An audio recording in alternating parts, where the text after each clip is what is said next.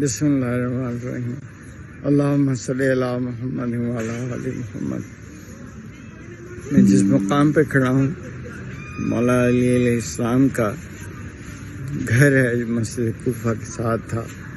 اپنے دور خلافت میں مولا اس مکان میں رہے شریف تھی۔ چھوٹا سا گھر ہے، اس وقت تعمیر جاری ہے اندر دوبارہ، اور اندر داخل ہونے کی تو اجازت نہیں ہے۔ بہرحال جو چیز سب سے زیادہ یہاں میرے دل کو لگ رہی ہے وہ میں اس لیے بیان کر رہا ہوں کہ یہ مقام ہے جہاں سید زادیاں، خلیفہ وقت کی بیٹیاں، سیلیبریٹیز، کائنات کی سیلیبریٹیز یہاں موجود تھیں۔ اور پھر کچھ سال کے بعد یہ قریب ہی اس ملعون ابن زیاد کا وہ دربار اور گھر ہے جہاں پہ یہ بیویاں شمع غریباں کے بعد سید امام زین العابدین کے ساتھ اس کے دربار میں آئیں،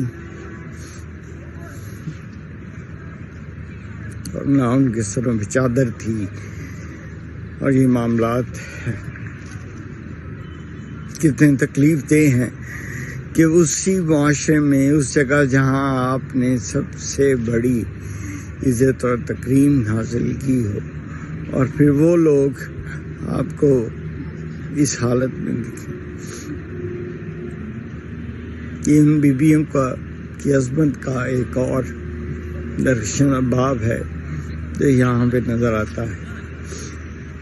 اہل بیت اطہار کی درخشندگی، ان کی عظمت اس سے واضح۔ سیدہ زینب سلام اللہ علیہ اور آپ کی باقی بہنیں اور عزیز اس دربار میں آئیں،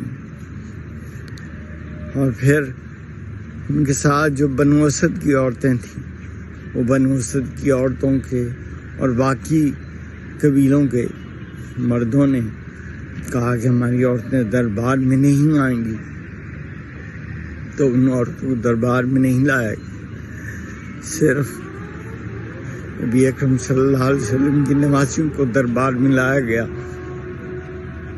کیونکہ ان کے پیچھے کوئی نہیں تھا۔